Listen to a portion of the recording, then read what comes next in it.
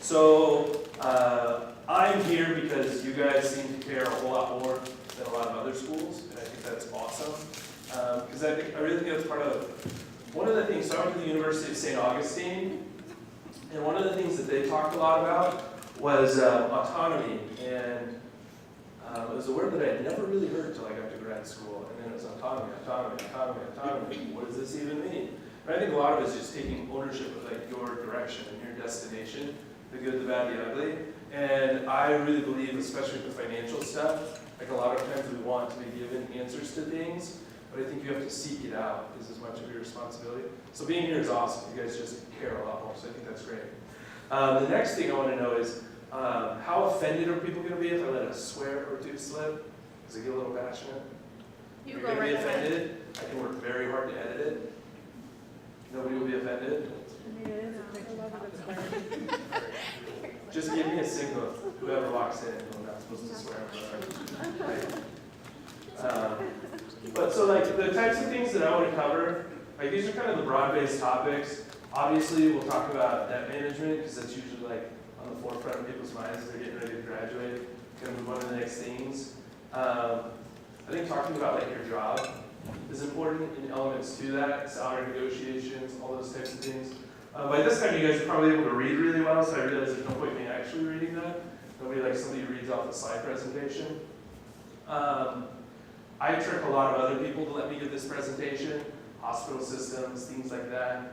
I still tell them, I say, what's the best way to do this? And without fail, it's you guys. I just like tell them how you guys, and they're just, oh wow, never would have thought.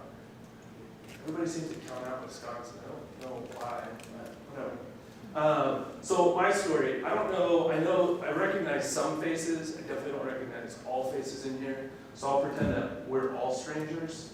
And so I think people want to know why I would not be practicing and why I would be on this side, like one of these evil people in the financial world. And so I think you have the right to that. Here I am going to advise you on something that I know you guys haven't had training in. So you would have to assume that I didn't have training as well. So now I get to persuade you to listen. So it all started, everything is encompassed in this picture. So when we look here in the top, I guess that's your left. That's me and my old man. And the reason he's not in this picture has a lot to do with why I'm here. He was out riding his bike one day and boom, fell over with a heart attack, right? Widowmaker. What is that? Is that the left anterior descending? Okay, I'm not too rusty. And during that time, I think the environment, like what was happening in my life, was really important. So he possessed a lot of the same characteristics and traits that people in healthcare provide. He cared more about others than he often did for himself. And he was just all about, how do I help my employees? How do I help the customers I'm serving? Always looking out, never really looking in, and always just assuming that those types of things would be taken care of. And those types of things are anything related to insurances, investments. You pick it, and that's what he assumes somebody else is taking care of. Why? Because somebody sat down in front of him and said, hey, Pat, you don't need to worry about these things. We're taking care of them. Well, that day when he died, he was out cycling. What does that put into play? Well, now you have to fall back onto the plan. What kind of planning was done? Like, what's the execution on that? So my mom goes to the insurance company because in the event of an unexpected death, what do you have? Some sort of an insurance to make up for the loss. She shows up, she says, my husband's passed away, I need to file a claim. They said, Mrs. Butler, you know this is an awful time, but you have no insurance with us, so we will not be paying you a claim. Well, that's a problem, and everything that you own was put into running this business.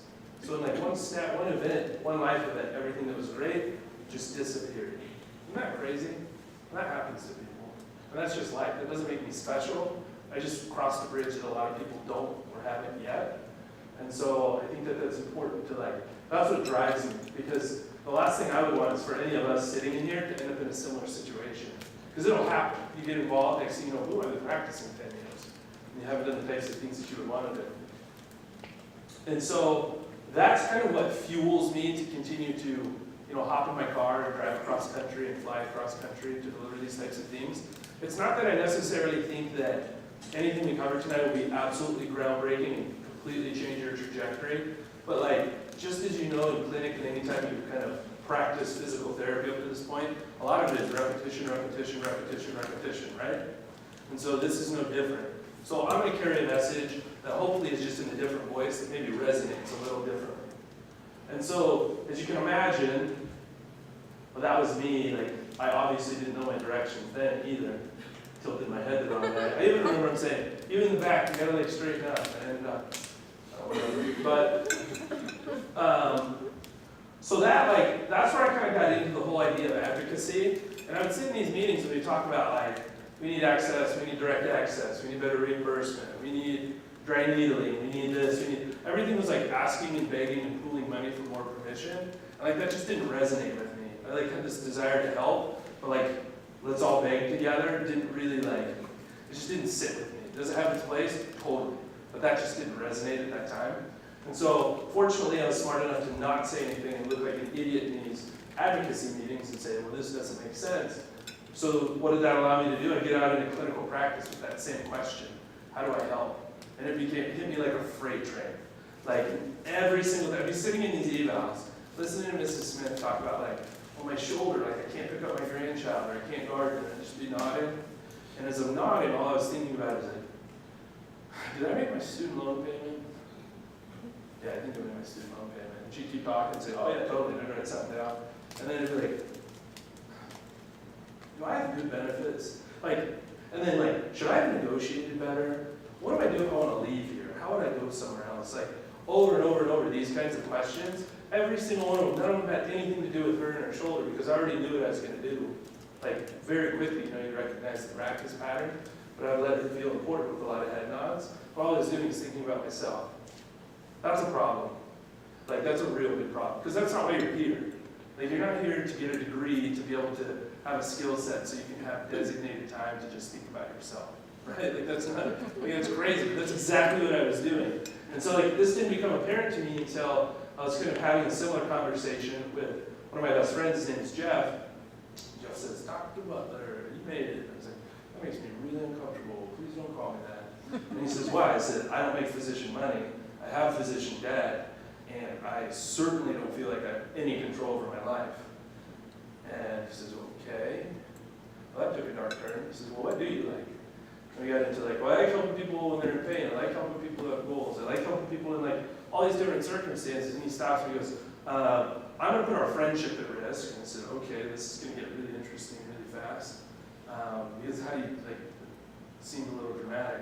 And he says, like, I believe that I do exactly what you do. The difference is you use movement and massage. And if we were in the same room, I would have hit him. But he didn't know that that offends us. So, like, he says, but when you're using those things, I use money. Well, that's interesting. What do you actually do? Like, I just didn't care. Like, you talk to me about stuff, I don't care. You're not talking about the musculoskeletal system. I'm not interested in what you're talking about. And so, like, turns out Jeff's a financial advisor. And his challenge then is he says, I know your past, which we already talked about. I know what you like to do, which is to help people who are in pain and stressed out achieve goals and debunk myths. And he goes, that's exactly what I do. I think you should change where you are and who you practice with and who your patients are. Huh. So that's how I got here. Kind of radical, right? Any questions about that? A little bit of a topsy-turvy ride, but it's how I got here. So these presentations, like, I do them because I know you don't get this information, and this information can make a difference. And so I also know that people in the financial services world suck. A lot of them suck. And how do you test them? You don't know how. So what you can expect from me is to give you as much knowledge about your situations as I possibly can. And the other thing that you can expect from me, well, I guess before you get that far, you guys even remember like where this is? You guys remember this scene? Yeah.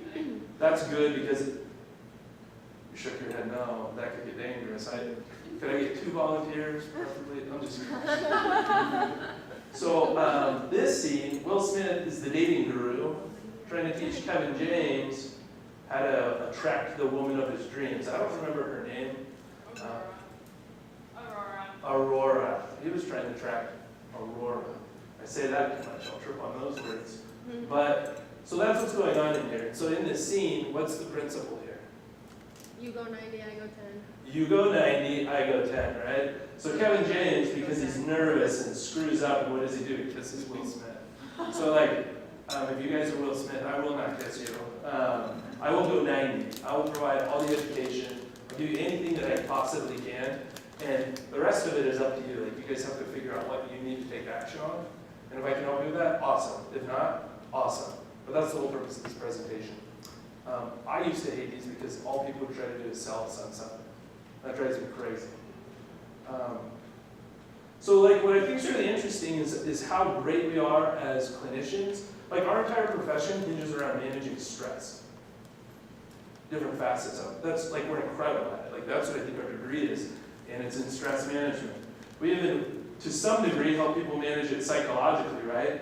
By addressing kind of physical factors, but the curve is the same. What I have noticed is that we are incredible at applying that to people. We are awful at applying that to ourselves. That's what happens when you show up late. The lights go on. It's just amazing. And so what happens is clinicians come to me when they're in these areas, when they're facing absolute failure. And sometimes there's not a whole lot that you can do. And that's fine, because everybody has their own stress. Do you guys remember this ship? You guys know what this ship is? The Titanic, right? What was the problem with the Titanic? Icebergs. That was a lettuce joke. And there are a couple more. I'll just let you read those. And it was really fitting because this just popped up on my feed last week, and it revived this whole joke thing. Yeah, those are bad, but that's, so like, that was awful. But I thought it was pretty fitting, right? Like, given the times, like I saw that popping up last week, I was like, this could not be better for me. So let's address this. I think in the instance of a student in healthcare, their iceberg is student loan debt. Like, that's what everybody's afraid of. Which is interesting to me because an iceberg is relatively small compared to the expanse of an ocean. And from what I know now, in a financial lens, I would be much more worried about the open ocean than I would the iceberg. But like, there's no way that you'll believe me because you currently feel like the Titanic. So what I want to do is talk about that. Let's kind of talk about the icebergs a little bit. Let's start finding some questions. This is where I will shut up and let you guys ask questions. Who wants to kick it off with a question about student loans? Anybody? Otherwise, I have some questions that were sent in to us. Oh. We'll start with those. So, you have one? I mean, we'll do whatever. Like, this should be laid back. Like, I'm terrible. Is there a wrong way to pay off student loans? Oh, absolutely. All right, can you explain about that? Yeah, so I think one of the worst student loan behaviors I see is people who make their student loan payment based upon how they feel. And it sounds crazy, but what will happen is once you finally start getting a regular paycheck and it's not coming in the form of a student loan disbursement or a check from an uncle or an aunt or however you made it through school, like when those stop and it's now your money, a certain bill, what people will say is, oh man, that's such a large balance, and they just throw the money at it. Maybe that's your plan, maybe, but also maybe it's not. And now what you're doing is preventing yourself from getting ahead in other areas. Some of those other areas are like maybe retirement-related things. A lot of times people who are throwing a lot of money at debt also tell me that they want to get into a house, and they've got a good reason to get into a house. Maybe they're married, have kids, or that's the plan that's next on the agenda, those types of things. In which case, a permanent home makes a lot of sense. Well, if you're throwing all the money at the debt because you're afraid of it, that's not helping you achieve this other goal. And what's dwindling all at the same time? Time. That was horribly set up. That wasn't intended to be a joke or wordplay. I'll get better at words as we go on. But so that's an example of a bad way to like pay back your loans. That's why I think, and think about that. It'd just be like walking into a clinic and somebody's like, I hurt. You're like, cool, and you just start like looking at it and like, I think it's this. Like you didn't ask like, what are you trying to do? Show me what hurts.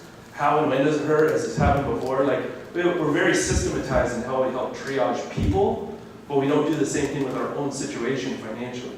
Like this is like these are our systems, these are our impairments, but we don't have the system of looking at them. Is that helpful? Any follow-ups to that? Follow-up. Okay, so you said there's, you don't do something dumb, like when you jump into like a payment plan or something, I don't know where you're going with that, but like, let's say consolidating loans, Yeah. you know, what can you say about that? Like what, like is that good, bad, and? So my return question would be is, when you hear the word consolidate, what does that mean? To me, it means a bank covers it and reduces or changes your interest or makes an average interest rate. Yeah, so what I would think of that as is refinancing. Yeah. Refinancing and consolidation, there's incredible amounts of overlap, but for practical purposes, draw a line of demarcation between the two and don't think of them as the same thing. A consolidation, think of it as taking all of your federal loans. So like if this table was your federal loan, and you cut it up into pieces, kind of like a pizza, right? And then you just took the lines out of it. That'd be like consolidation, just kind of grouping it all together. Yeah, and as stupid as that example sounded, it's kind of as dumb as consolidation is. So that's that. Why do people do it? They say, I've got 24 different loans, I just want one payment. All right, that's fine. And so it just bundles them all together. It doesn't really do a whole lot to the interest rate, but that's kind of consolidation, and that takes place in the federal system. So your loan is still a government loan, which means you still qualify for what? Income-driven repayment plans. Does that make sense? Think about that in terms of consolidation. Consolidation, think federal. The loans stay federal. Federal loans to federal loans. So what you were really asking about, though, is refinancing. Refinancing is renegotiating the terms of your loan using like a private source, right? SoFi, LendKey, your local bank, your local credit union, whoever. What that is that's changing the loan terms. You're now taking, maybe it's federal loans and making them private. Maybe you're taking private loans with high interest rates and making them a different kind of private loan. And that's kind of how that works. New loan terms. What does that mean? Now it's with a private institution. It means you no longer qualify for federal programs. You see that like line there? That's where people make huge mistakes. I've actually had a few conversations this year where people say, I feel like I'm making the right decisions. I was really nervous. I went ahead and refinanced my loans. We run the numbers and I show them, they go, oh, so I should do an income-driven repayment plan. I'm like, you should have, but you can't. That's a problem. And that problem costs them hundreds and hundreds of thousands of dollars. So don't buy into the marketing, even if it says, save $30,000 on your average savings, $30,000 or whatever it is. Like, don't believe that. That's just like marketing, like a clinic down the street saying, they can get you better in 5 visits, I can do it in 3. How the hell do you know that? Like, you can't know that. But you can see from a financial perspective how that could be devastating. A person who gets bad back treatment down the road maybe ends up in your clinic, hopefully, and then you can kind of hopefully right some wrongs. But there's still damage there, right? Potentially. From like a psychological understanding. But as far as financially, you will not solve your problem by refinancing your debt. Can you lessen and change the degree at which it impacts you? Totally. But it needs to be an indicated treatment. Helpful? So when is it almost like a no-brainer to refinance? You've got private debt that has interest rates north of 7%. Then it's like a no-brainer. Because generally you're going to be able to refinance for less than 7%. So in that case, then what you're doing is you're decreasing, because you got to pay back the private loan, you have no other option, right?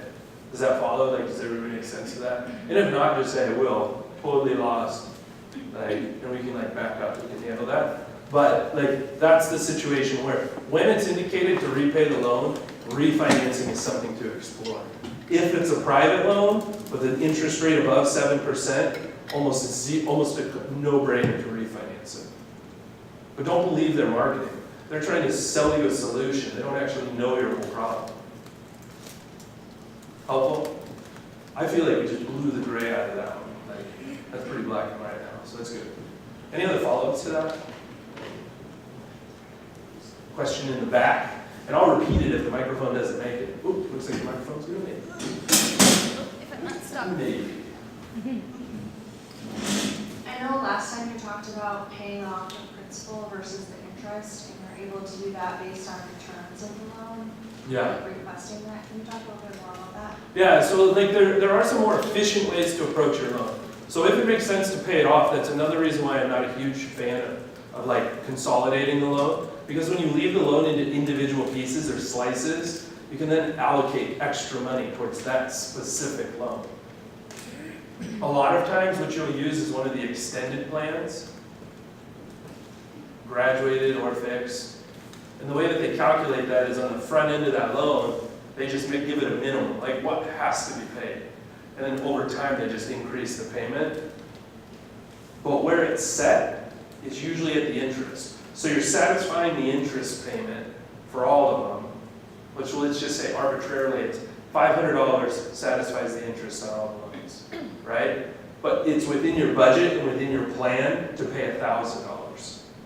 You can then take that extra $500 and put it specifically on one of those loans. So then you're able to drive down that actual loan faster, because instead of like just spreading it out equally over all of them, you're just dropping it very specifically on the one. Does that visual make sense? Yeah, Follows. I have a question. So like, you have an interest rate that, let's say like a big loan, like Grad Plus loans are really high. So if you have a grad plus loan, Yeah. high interest rate, okay. So that's like, I don't know, like, I don't know exactly what the interest rate for a Grad Plus loan is, maybe you can help me out there to get a good number on it, but I'm thinking, let's say like you have $10,000 of Grad Plus loan, you have this 8% interest rate or something, and as that grows, you're not able to pay it off, does the interest come from the new balance or the original balance? So if it's like that 10,000 grew to 12,000, does the next month of interest accrue from 12 or the original 10? Yeah, so it grows on the principal amount. So as the principal amount decreases, so does the interest. So that's kind of just, that's how it works. But what if it increases though? Does it, if the original amount increases because of the interest? So what you'll see on your payments a lot of times, because people say, oh, my total amount is different than my principal amount. So it's taking into account principal and interest, and then giving you the total amount, right? Interest will grow on the interest amount. That number will get larger, the principal will not. When can the principal interest get larger? That's called capitalization. Capitalization happens periodically. A couple of the time periods that it happens is if you jump back and forth between plans, there's a capitalization. So this separate amount then clears out, and then your interest starts growing again. It's just for like accounting sakes, but like does make a difference. So that's one. Another thing happens like when you come out of grace period after you graduate, they give you 6 months to pay down the accrued interest. And if you don't, whatever's left over as interest becomes part of the principal. So that will happen. If you get into problems where you start defaulting and going into forbearances in different grace periods and things like that, those trigger capitalization. You can even Google, I think her name is Heather Jarvis. She's a consumer law practitioner. And if you Google like Heather Jarvis capitalization, she got a real concise blog that'll just talk about the events that'll trigger it. If you guys are looking for me to cite my sources, that's one of them. Evidence-based practice, right? Financial and otherwise. So that would be an example of that. Now, as far as interest rates, they range on when you took the loan out. Generally, you're looking at somewhere at 7% on Grad Plus, plus or minus, maybe 0.75%. That's generally the range that I see. But as far as that goes, I think that's more of a detail. I don't necessarily think that would dramatically change what decision you would make in that. I saw some other hands and some other questions, Yeah, other stuffs. so I'm not entirely sure if I'm understanding, but when you were talking about paying the $500 of the interest to one loan, Yeah. is it most beneficial to pay off the lowest amount loan first? And then, because I've heard that you pay the lowest one off first, and then you add that amount that you were paying to that loan to the next lowest, and then, you know, it just kind of, what are your thoughts on that? Yeah, great question. That is a new addition to this presentation. So they give them two names, two freezing names, very frigid names. It's the avalanche method, and it's the snowball method. If you want to do what's mathematically the most sensible, whatever the proper word is, generally you're going to want to do the avalanche method, which is attacking the highest interest rate. And this should be But you guys don't have access to it since it's being recorded. Or I can take a picture of it. Or I can email it to you. There's a lot of ways that you can get that. But in general, you get the best psychological kick from doing the snowball because you're paying off, like all of a sudden you go from 10 loans to 9 loans to 8 loans. That happens quicker, but it doesn't mean that it's mathematically what makes the most sense. This is usually where I cue if I wanted to troll a little bit. Maybe this is where like a manual therapy versus loaded exercise discussion happens. But since this isn't one of those Facebook groups in the PT world, I won't do that. But I think like that's how that works. In general, pay off the highest interest. Any other follow-up questions to that? So that plays right into the loans. If it makes sense to pay your loans off, that's generally how we would go about doing that. And there's sometimes where it doesn't even matter. So this is also important with the refinancing. You guys don't have to refinance the entire loan amount. Did you guys know that? You can just carve off chunks of it. The advantage to that is you can still leave federal loans federal. A great perk to that is if you get disabled, if you pass away, or any of those types of things, usually you don't look like a great borrower when you go to refinance right out of school. You just don't have any work history, you don't have an income history, you don't have any of that stuff. And so sometimes just refinancing chunks of that at a time. But did that answer the entirety of your question? Yeah, I guess so. Is there like a benefit to doing the avalanche method besides just like Yeah, it can save you thousands of dollars. mathematically, and then the snowball is more kind of like, You just feel good. You're like, yes. okay. Hey, honey, we've got 9 loans instead of 11. And then the person next to you is like, I still have 11, but I saved $1,500. I'd rather have $1,500. It's not an actual figure. That was arbitrary. I have to be careful with that. I have a lot of disclosures and stuff I have to worry about because of my licenses. But go ahead. So you're talking about refinancing loans and refinancing chunks of loans. Yeah. Can you put that in like a little different terms? So, like, what is, when you refinance a loan, what is that based off of? Is that based off of the time? Is that based off of your credit score and your history? Can you kind of put that a little bit different terms? I think you just answered it. Like, almost, I'll fill in some of the gaps, but you've got the majority of it correct.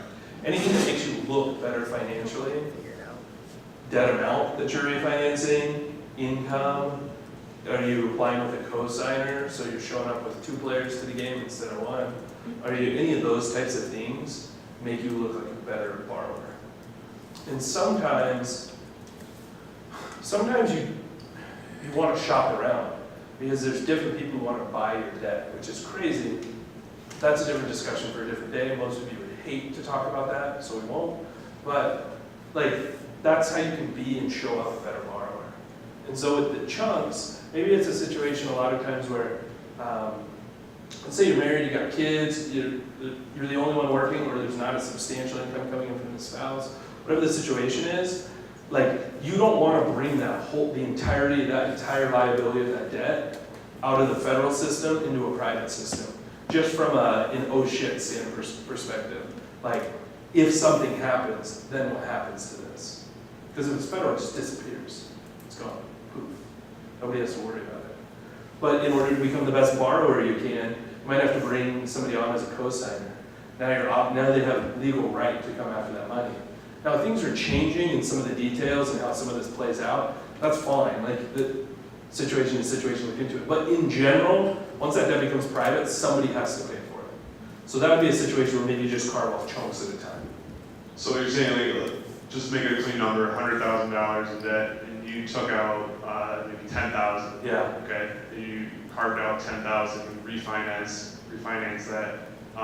You're saying that then if you wanted to go into a graduated payment plan, you can go a graduated payment plan on the $90,000. Totally. But Maybe then even $10,000 is at a lower. Yeah, maybe even do an income-driven repayment plan. Like, you just look at it situationally and see what's available to me and what will make the most sense for my situation.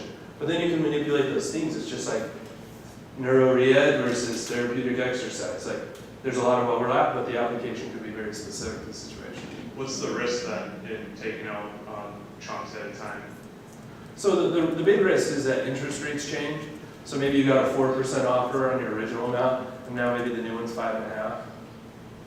Like, but that just ebbs and flows. So it just depends. Did that answer the question? Well, I was like, why wouldn't you just take out, the whole 100,000? Because they just might not give you the money.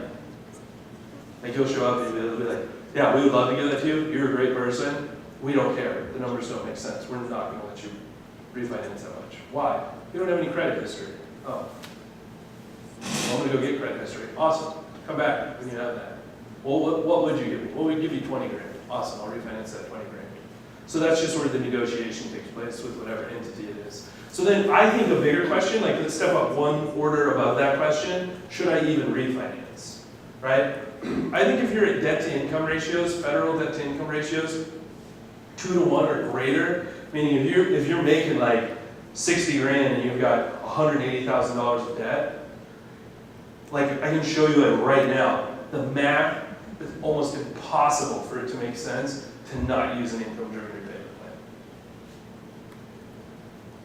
Well, what people will do is they hear all this talk about refinance, they're like, man, there's a lot of emphasis put on refinance, I should probably do that.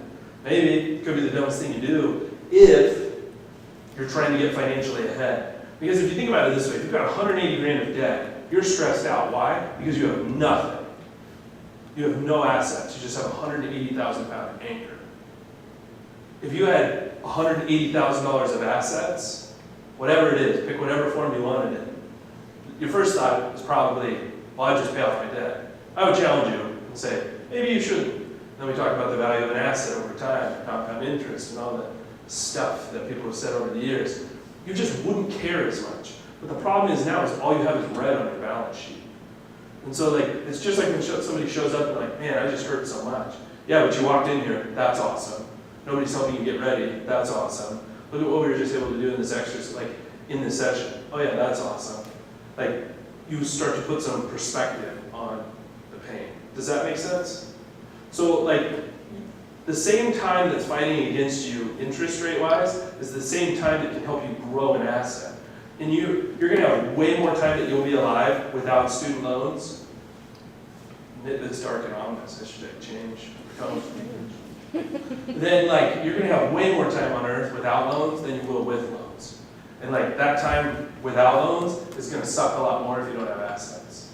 Because that's just math. Like, there's no, like, I wish I had some of these slides and I didn't like figure out the order because I didn't know how this was going to play out. But like this kind of plays to this, right? It's that same thing. Like, yeah, you got a loan to get this education, but when you show up to retirement, you can be like, so I want to apply for retirement. Can I get a loan? Like, it doesn't work that way. So like, you just have to be mindful of that. That's why the easiest thing to do is to pay off the debt. But maybe one of the least intelligent things to do, potentially, is pay off the debt. You just have to look at the numbers, right? Is that helpful? I got a little preachy, I know, I felt it. Any other follow-up questions, Seth? What would be like a indication for why you would want to refinance privately? So when would you want to do that 10,000 chunking? So if you're in a situation where it's dual income and your income is not even necessary, well, you can use that to help pay off that debt. And then it's like, well, how can we pay that off more efficiently? A refinance may be indicated. So let's say it's a situation where maybe it's 90 grand of debt instead of 180, and there's a combined income of $100,000 in the home. Like, I think you can make a very strong argument to start paying that off aggressively. I'm not saying it's absolute because I don't know all the goals, but I'm saying that immediately shifts the equation. Helpful? Cool. Sorry, going to bed. Yeah, I need to change the order on that. These two tables should just sit next to each other. Okay, so just to clarify that, if you are going into a joint income situation Yeah, and you've been pretty much like living off of the one income, how much do you just like apply of the new income to the loans right away while they're still federal, or refinance them through the private, you know, kind of at a chunk at a time? so those loans will always stay federal unless you change them. Is So- that what the refinancing is though? If you refinance to private? If you refinance. If you never refinance, it always stays federal. I just wanted to make sure that, just like, not that I assumed you thought that it changed, but that was a very easy place for things to get misunderstood. So then in that, I would say, what's the classic PT answer, or just how it depends? Like what are your goals? Like if you tell me, Like if your goal is, I want to retire as soon as possible, and I am committed to doing that, like full force, I would say, maybe we don't pay back the debt. Because what does it take to retire? Doesn't matter, you can retire and have debt, but you can't retire if you don't have assets. So what I would do in that situation is the same thing. I would just run an analysis, take a look at the situation and say, what kind of money do you need to live on? Like that you need to live on? What do you want to live on? What are your current financial behaviors with that money? What's the trajectory of that? Like let's scale that over time and add some life factors. Do you like where that lands you based on the one salary? Yeah, we're great with it. Cool. Well, let's just pay all that debt because you guys are gonna be fine. But if you're like, no, it's not gonna happen, then you shift that and you find the balance, that tip point on it. It's just not binary. Was that helpful? Yeah. Cool. I feel like I keep cutting you two off over here. Like, it's like, one of the rules of improv is you never turn your back on the audience, and all I've been doing this whole time is like, so I'm failing. The teacher would be mad. Any other follow-up questions to that?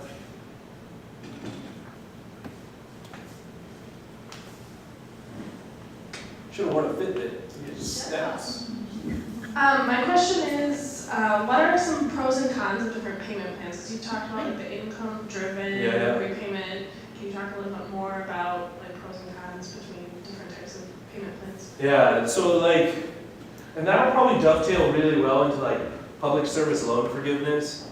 Do you guys have any questions about that? Because I'll probably try to dovetail. Okay, cool. So I'll just kind of slide right into that after this.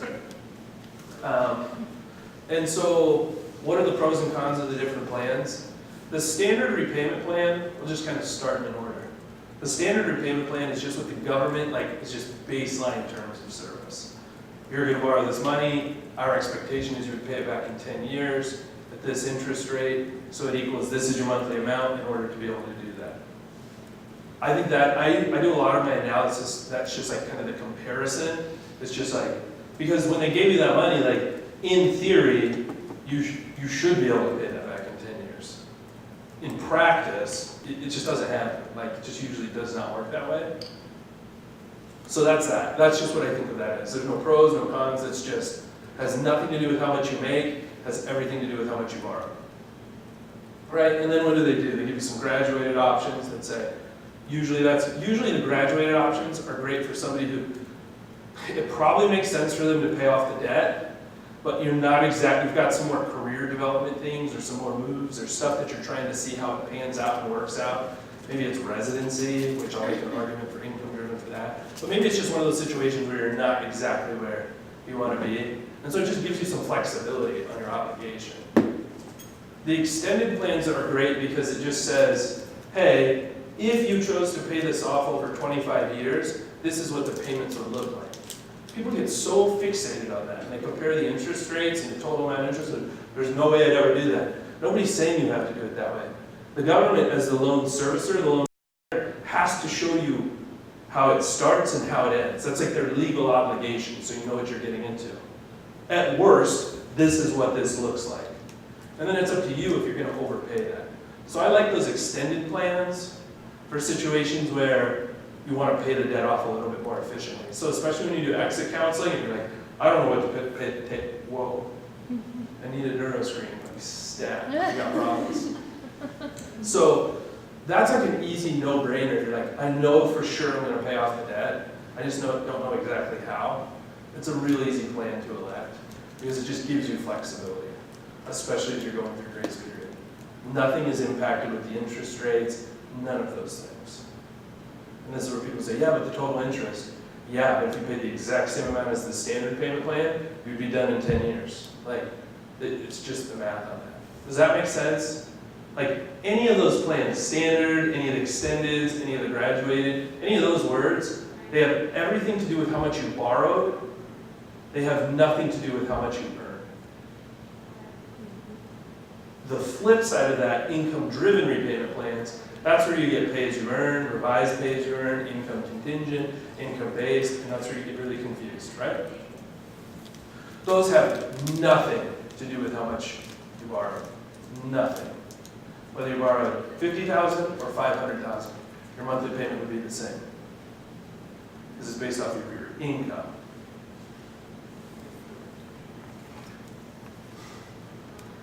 I primarily focus on the revised pay-as-you-earn and the pay-as-you-earn. The biggest difference between those, one is a 20-year program, one is a 25-year program. Revised pay-as-you-earn, the longer word is the longer program. That's 25 years. Both of them, their calculation of your payment is the same. So it's based on 10% of your discretionary income. Any follow-ups to anything up to this point? Any questions, any follow-ups? Questions, follow-ups? So you said the pay-as-you-earn is like a 20-year program, revised pay-as-you-earn is 25-year program. Yeah.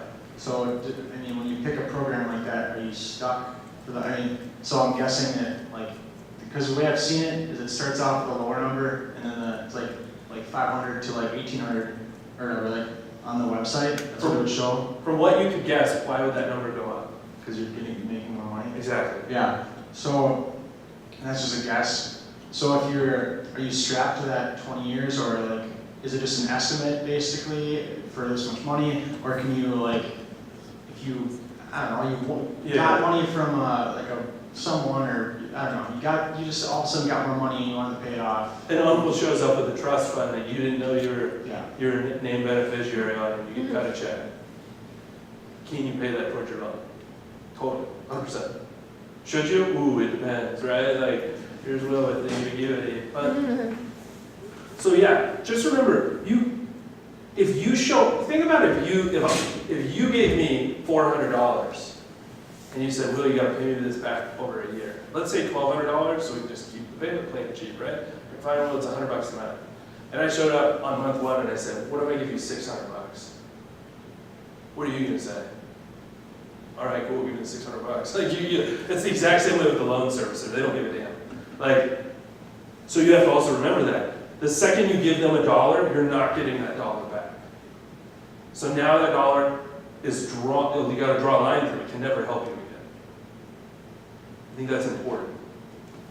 Really important. Does that answer your question? In a roundabout way. So like, that's one of the biggest differences. So when in doubt, you can just pick an income-driven repayment program. Who cares? You're not bound to the 20 years, the 25 years. You're not bound to any of that. You're just not. When would you just not no-brainer it? Let's say the combined house income like balloons your payment above more than what you would want your minimum required payment to be.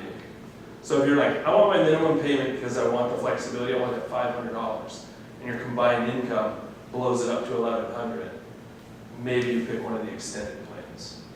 Is that? I wish I had should have put a screenshot of one. But you just have to look at it. Income-driven repayment plans, you don't have to go 20 or 25 years. You don't have to. The utility of an income-driven repayment program, even if you're paying back your loans, is that when you go to borrow money for a car, for a house, for different things like that, your monthly utilization of your income looks a lot better to a lender. Because they say, cool, your household sees $8,000 a month. How much of it do you see go out? Well, even if you're paying $3,000 a month towards your loans, and that's what they see on paper, they're like, oh no, between your monthly expenses and that loan payment, I don't see a lot of wiggle room. We don't feel comfortable giving you the loan. But if your required payment is $100, even though you're paying $3,000, the bank sees it as, oh, okay, cool, you got a little wiggle room there. Does that make sense? So that can be a way to use those plans, take advantage of. Ooh, I saw a fast hand and a slow hand. Attention is on you first, so your follow-up question. Okay. The only thing I was gonna ask was, so if you said you're combined with, like a combined household salary, so if you're married, and then that's legally 2 separate wages, or 2 separate salaries, and is that affected by your repayment, or your? Can that affect your repayment? Your income driven. Totally. If you're on the revised pay-as-you-earn, you have to include your spouse's income. You have to. Okay. So that's one of the advantages of the pay-as-you-earn. You do not have to include your spouse's income. If you file married filing separate, then you do not have to include their income. So that can give you a lot of flexibility. Again, it's just pros and cons, right? But for tonight's purposes and takeaway, the pay-as-you-earn, the two greatest upsides of the pay as you earn. It's a 20-year program, and you can choose your filing status. You don't have to include your spouse's income. I don't know, it's tough to fix an absolute dollar value to it, but it adds there's a lot of utility to that. Like, it just gives flexibility. Flexibility is incredibly underrated when people look at their financial pictures. Incredibly underrated. I have a follow-up to that. So is it a bigger pain than to file separately? So what are the pros and cons of filing married filing separate versus married filing jointly? If you file separate, the government's like, wait a second, they're doing this because they want to get some sort of advantage. So then what they'll do is they'll limit certain contributions to certain retirement accounts. Not 401k. If it's given to you by your employer, nothing is affected. If you try to do it on your own, they cap you on what you can contribute. That's fine because contributing to most employer plans is like $18,000, $19,000 is like what you can put away. It's a lot of money to save each month. So you gotta look at that. It limits some options. You also don't get certain deductions as well. Like, you don't get the perk of getting that married deduction. So then how do you calculate that? If you work with a CPA and they can't give you, what's my situation if I file separate versus married? You need a new CPA. That's like a physical therapist who can't measure shoulder range of motion. Like, cool, you can't do that? Grandma, don't go there. Like, hot packs only, right? So that would be that situation. If you're using like TurboTax, usually you can look at your situation, married filing separate, married filing jointly, with some different button clicks. Look at the difference in those tax bills, divide that by 12, all right, cool. That's what that is on a monthly basis. What's the difference in our student loan payment if we do married filing separate, married filing jointly? And you just do a little bit of math there. Does that make sense? Then you just see which one works better for us. And you guys didn't even want to ask student loan questions when we started.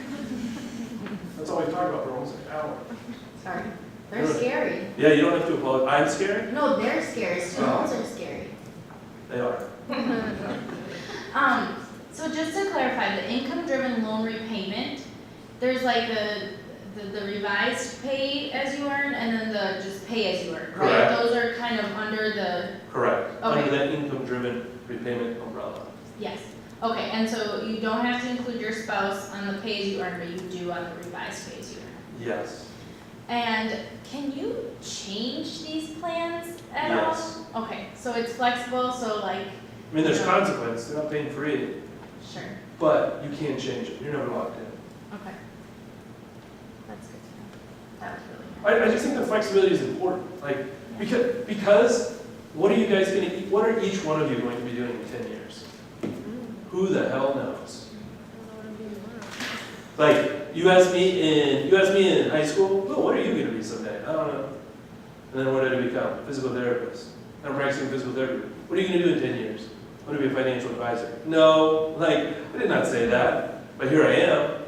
Like, and so within those situations, if you're locked into something, you decrease the amount of options, which can be okay. Don't be afraid of that, because like sometimes you have to make decisions.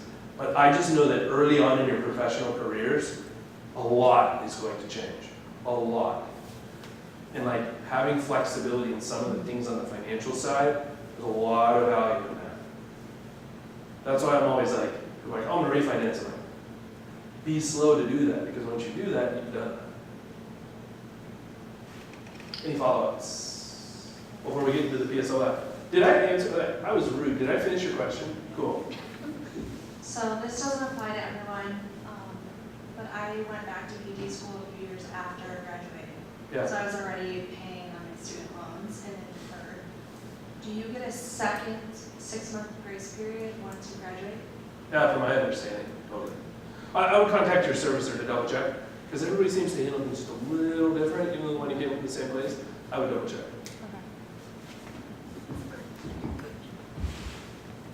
Any follow-ups to that, or do we dive into the PSLF? Dive into the PSLF? How are we time-wise? Do you guys need any breaks or anything? Like, I've got energy. I can do this for whoever was here last year or whenever. Like, we went hard for a while. Like, I get yanked on this. Yeah, it's okay, let's just power through. Got it. Public service loan forgiveness. Everybody's been freaking out. Why? Because it's been in play for 10 years. Came out in 2007. October 07, so that means first group of people eligible for it were last year, and who knows what's happened since then. I would hope that you didn't, I don't actually care. I don't hope for anything in this. It was a bad question. So what's happened, what you see in the media is people say, oh, only 2% of people who have applied for it have received it. And then people freak out because here they are. You know, here you are on the front end of this, you're like, oh man, that makes me nervous. Think about how people have been doing this for 6, 7, 8, 9 years feel about it, right? They're freaking out. Is this going to work for me? Because this is a significant commitment. I'm not paying a lot of my loans, and so now my loans are bigger than they were. This is a problem, right? So why and what is happening? Well, a lot of times people just weren't understanding what they were doing. Like, you're agreeing to pay 120 qualifying payments. So what does that mean? You can make one payment a month, you cannot make multiple payments and chop down on that quicker, or people in 1 month would pay 120 times, right? No brainer. Not possible. Also, if you're looking for this citation for this, all you have to do is look up public service loan verification form, and boom, a PDF will pop up.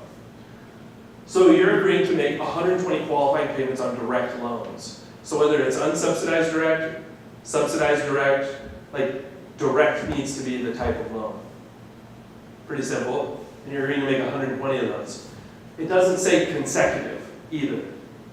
So some of these people have stepped away from the program because maybe they just didn't practice, whoever it was. They stepped out of whatever public sector, now they're in a private sector, and then they go back to the public sector. So you can still be enrolled in the program as long as you're filling in the right stuff. All this is saying is the quickest you can possibly get it is 10 years.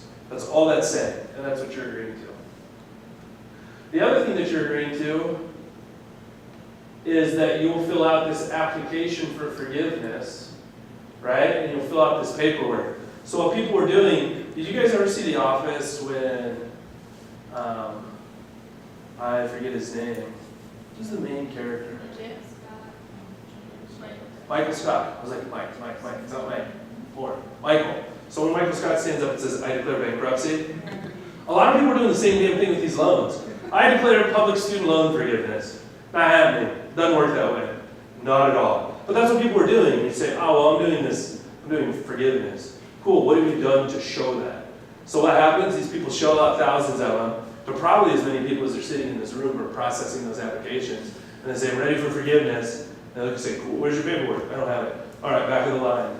Right? And so we've got thousands and thousands of people who weren't doing the right thing. Some of it was their fault for ignorance. Some of it was just not being educated well on it. It happens. But that's one of the reasons why a lot of people aren't getting it. So if you are in this situation, if you think you will do this, you need to fill out the paperwork. And it's this kind of paperwork. And so not only that, but you need to be on a qualifying payment plan. Some people are not on qualifying payment plans. I know you're like, well, how the hell does this happen? Like, people are not on the right payment plan, they did not have the right paperwork, they don't have, and then they're mad they don't get forgiven. Like, that blows my mind, right? So like, a qualifying payment, well, like, look, it's on eligible loans, the payment needs to be on time, no brainer, they need to be direct loans, you need to be on a qualifying repayment plan. If you're going to do a 10-year forgiveness, chances are you're going to be on an income-driven repayment plan anyway, right? Because you're like, I don't want to pay this back. So you need to be on the right kind of payment plan. I know some of this you're like, what is in front of you? You're like, well, this is stupid. Like, why would anybody do this? People are not doing this, and that's what newspaper articles are being written about. And then the other thing you need to do is make sure that you're with an employer who meets the qualifications. This one is a little deceptive and slightly tragic, because some people have been with these hospital entities, and they haven't paid attention to news that maybe this nonprofit hospital is now outsourcing their rehab program. So now you're contracted through a private entity to the hospital. So your private entity is like a contractor. So what does that mean? You're not an actual employee of the hospital, which means you're not with a nonprofit entity, which means you're not getting the forgiveness, right? That's a detail, that's important. So that's something to ask in interviews, right? If you're not sure, am I with the hospital or am I with somebody there? And it's an easy, hey, I'm kind of new to this, like, you guys, this is the hospital, right? Like, you're not some sort of, you're like, yeah, of course. Okay, cool. But you just gotta ask them questions because it's important. I think the other problem is people are like any of us could form, we could, here, right now, probably by the end of this session, could form our own 501c3. We could form our own nonprofit entity. Do you think we're gonna receive forgiveness when we go to apply? If I was the government, I wouldn't forgive us, because that's not the purpose of the program. The purpose of this program was to attract people who are just going to go into the private sector where they can make more money, and to draw them into the public sector to help the government and to help provide services for the people. Us creating our own entity does not meet that guideline. Does that make sense? So like the further you are away from a government entity, the less confidence I would have in getting forgiveness. And do they retain the right to change the program? Absolutely. And the reason why is this is an incentive program. It's not a repayment program. You're on a repayment program to receive the incentive, but the incentive is not the repayment program. And that's another thing that people kind of screw up and not paying attention to. I have confidence that something will be there. How and in what form, I have no clue. If you know that you're going to be an acute care therapist, or you're going to be in an acute setting, or you're going to be in a nonprofit entity anyway, and the math makes sense for you to not pay off your loan, you might as well put in the paperwork, right? So sometimes what I advocate for is, if you would use an income-driven repayment plan anyway, even if you weren't at the hospital, prepare as though you're going to stretch it out 20 years, do the paperwork to have it forgiven in 10, and then we figure out what happens because you're prepared either way once you get to that point. I think that's just the smartest way to be there. And it's just like adding resilience to some of these systems, right? To the musculoskeletal system. Prepare them for whatever task they might be approached with. Like that's how you ensure success. Helpful? Add some clarity on that? These are painful slides. These are almost harder than listening to me. The other thing is you have to be employed full-time, according to them, which is an average of maybe 30 hours a week, or whatever they deem full-time. Maybe they have different standards, but that's important as well. So you have people who are working 1 day a week at a hospital for 12 hours for 10 years, and they expect you to get it forgiven. Sorry, Linda, you did not meet the qualifications. Is that helpful? Did that kind of clear all of this up? Any follow-up questions with that? We've got a couple of them. Okay, so the public loan, the public service loan forgiveness, that's worked? Like people have actually... And some people have, for sure. Okay, so, because that's kind of what, I mean, it's, since you just said it's been happening the last year or so, I haven't really heard anything of it yet, so I was just wondering if people are still trying to figure it out, or whatever. Well, and if you think about it, I don't really think that would be great news. Debbie got her loans forgiven, cool. Thousands of people are not getting their loans forgiven. Which one's going to capture more? It's the fear-driven, right? And usually those people are just going to go about their merry way anyway, but anyway. I mean, is there more to it than just following the simple steps? Because when I look back over it was stuff that I already knew. I mean, there was a few things that I didn't, but it seems like the people that are doing it, they know the basics. I just don't know. You think? How many people do you see, we try to teach pelvic tilting? You're like, come on, man, you've had these hips your whole life and you can't move the way I'm asking you? This is a problem. And it's part of their system. So it's very similar to this. What seems incredibly obvious to us is not incredibly obvious to others. Okay. But then the other one I was just saying, that, so doing the income-driven, and then you can apply for this, and if you somehow screw it up along the way, at least you have the first plan that you were going to have anyway. Yeah, and so I think sometimes maybe so what's happening now a lot is people are not on the right payment plans, they didn't have the right paperwork, they did not have this. So there's been some provisions for them to hey, go back and fix this and reapply. And the problem is that there's a huge lag and delay to the system. Huge. You hear people say that all the time, you see people are yeah man, I thought I did a great job on my taxes, and then 4 years later I get this letter from the IRS. Why? Because you have one entity processing millions of pieces of information. So I think there's a huge delay and a lag to it. And I don't know how many people they're staffing to process those applications. And then not only that, but then you have to verify what the people are saying. So if I show up to you with a piece of paper on the day and I hadn't done anything else up to it and said, yeah, I've been with this entity this long. Okay, now maybe I have to contact the entity and say, hey, can I get employee records from back when this person started? What's their contract date? And then you've got another person who now has to get that. Can you see how this so it's really hard for me to say that it's not going to work. I just don't know for who, how much, and how long.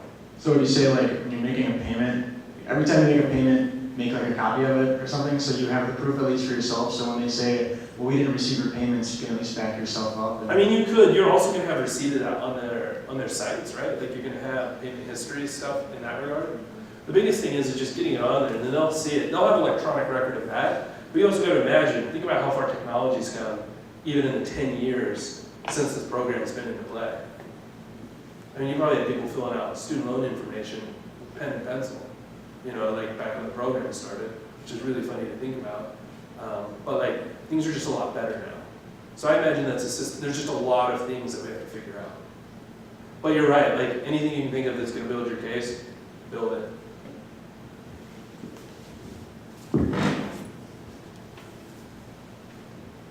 So when you apply for that, it's an annual application?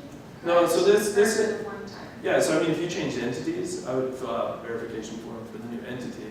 But like, what you'll get when they receive the initial one is you'll say you've been brought into the program, and you'll be brought into the, I can't remember, I think it's on here. Oh, smooth. Cut it out. You're basically going to get a verification. We've received your application. We're bringing you into our system. They'll migrate your loans from like Great Lakes over to like the MyFed servicers. And then they will be like, hey, we're now tracking your payments. Like you'll get verification of that. And if you don't, maybe you filled something out wrong. And they'll usually let you know that. Or those types of things. But then that's how you know they're like paying attention to it. But if you change entities, I would absolutely like submit like, hey, here's my new entity. Helpful? Any other questions? We're doing a great job of getting our loans. This is impressive. Sorry, excellent. That's okay. You're on that.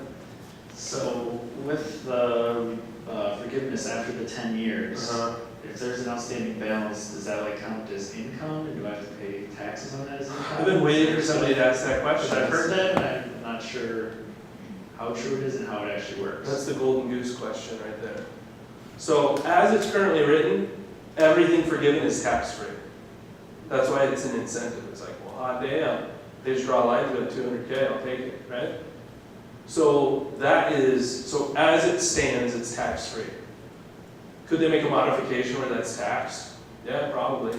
Would it still be worth doing? I would say, yeah, absolutely.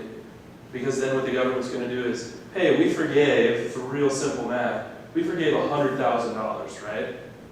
Well, now we're gonna tax you on what we forget, like forgiveness-wise, because it's almost like we wrote you a check for it.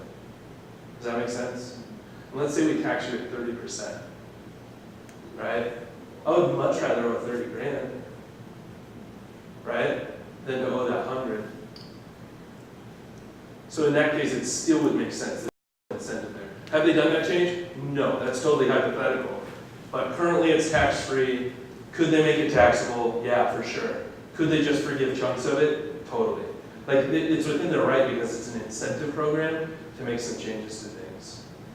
So should you like be saving up to pay those taxes, or would you just take something out of your assets? Like, Yeah, I think a lot of people are looking for a lot of magic for how to be successful financially.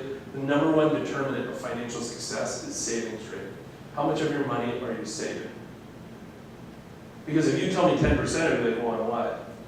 Cool, you're making 10% return on what? Or that person says, well, I'm only getting a 5% return on what? 5 million? I'd rather have $5 million getting 5% than 100 grand getting 10. You know, so like, the rate of return is not as significant as the amount of money being saved. So looping that back into what your original statement was is, I would absolutely be saving money as though it's not gonna work. Because if it does, you are not gonna be mad that you have a pot of cash.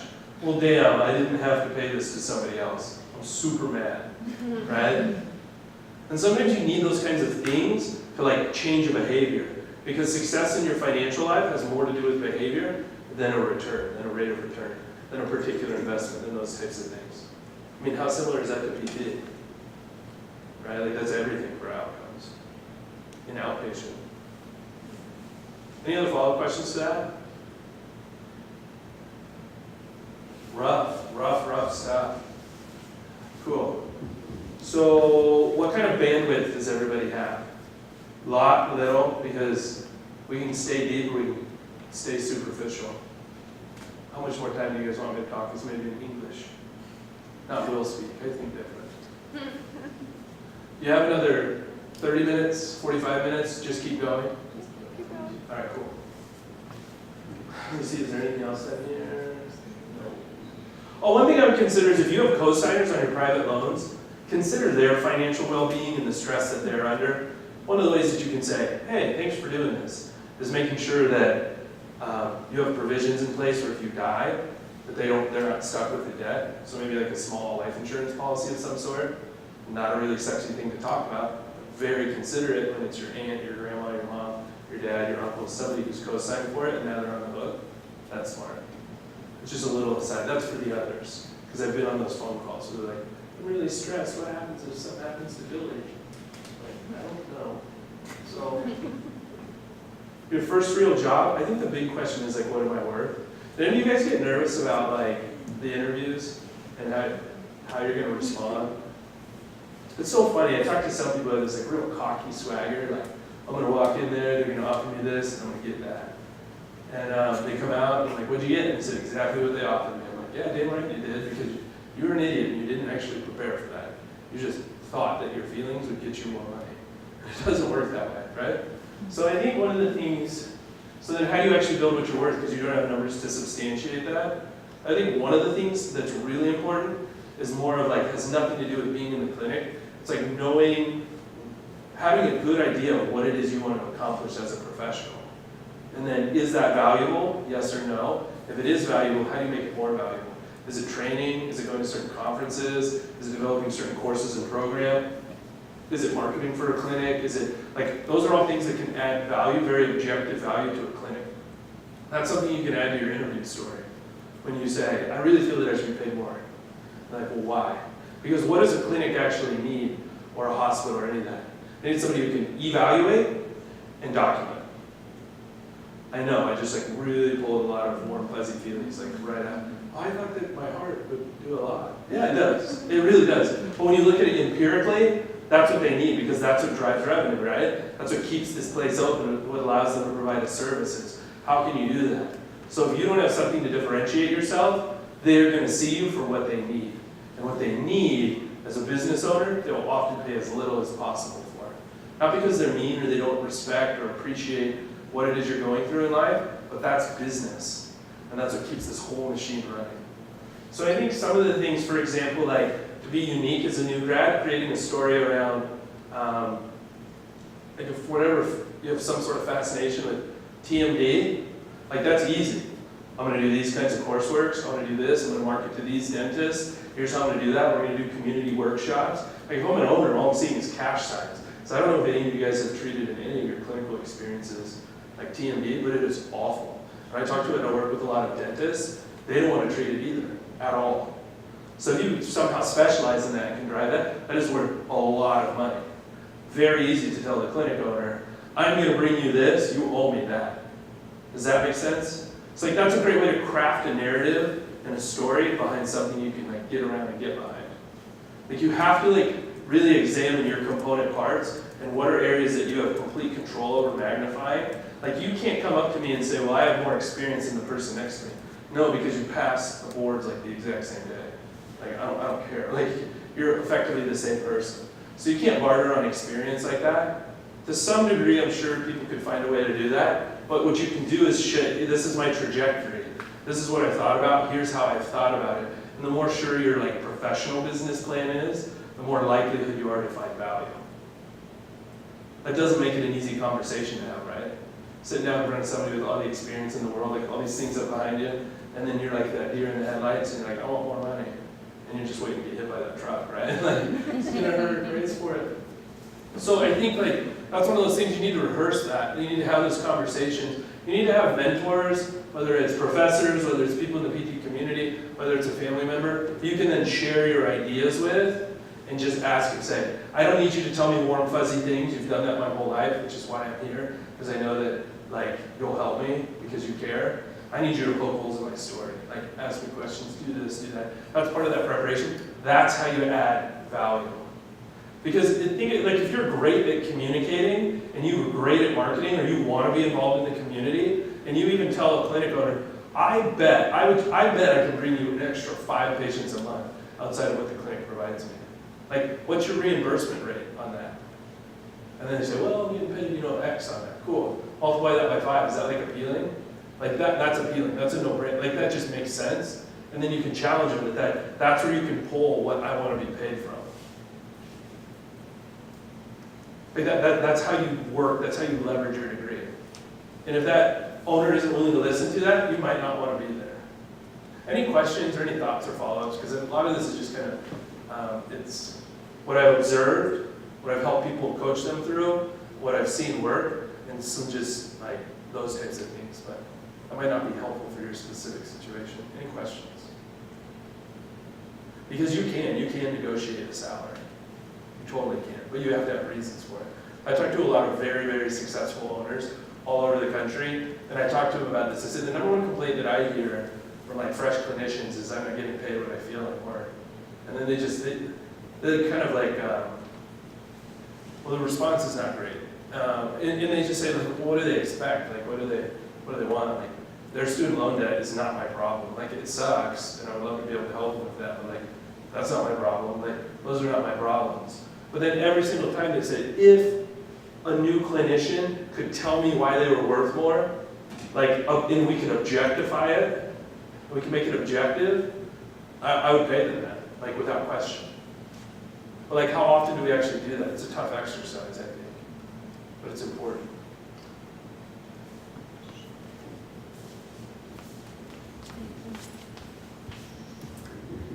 So how much is like some of our experiences worth? Like I know a handful of the third year students are certified in LSVT BIG. What is that worth to an employer as far as an amount of money, if any? And I think that's actually a very fair question to even ask the owner. Like I noticed that it feels like when I look at your marketing that you're trying to target certain like neurological populations. I have a certification in this, or you don't even have to bring that up yet. You just ask them, how much of your practice does that make up? When you see those patients in those cases, what's the average reimbursement to those? Like these are all fair questions to ask an owner. And an owner who won't answer those, that's a flag. I'm not saying it's a red flag, but that's definitely something I put in the, well, that's one strike against you getting me. Because like they're trying to get you as much as you're trying to get a job. So like I think that's important. Because in different areas it's gonna vary. Like if they've already got 3 LSVT big therapists on, like they're gonna be like, I don't know, like it's cool, like it just makes the team look better, but is that helpful? Yeah. Yeah. And then what other types of things can we, or have you had, right out of school, people use as leverage to? One of the things that I thought was unique was this clinician worked for like a physician-owned practice, and they wanted to open it because they were tired of like sending people, hey, we do these great surgeries and we don't know how they're getting rehab. We'd like to have a better involvement in that process.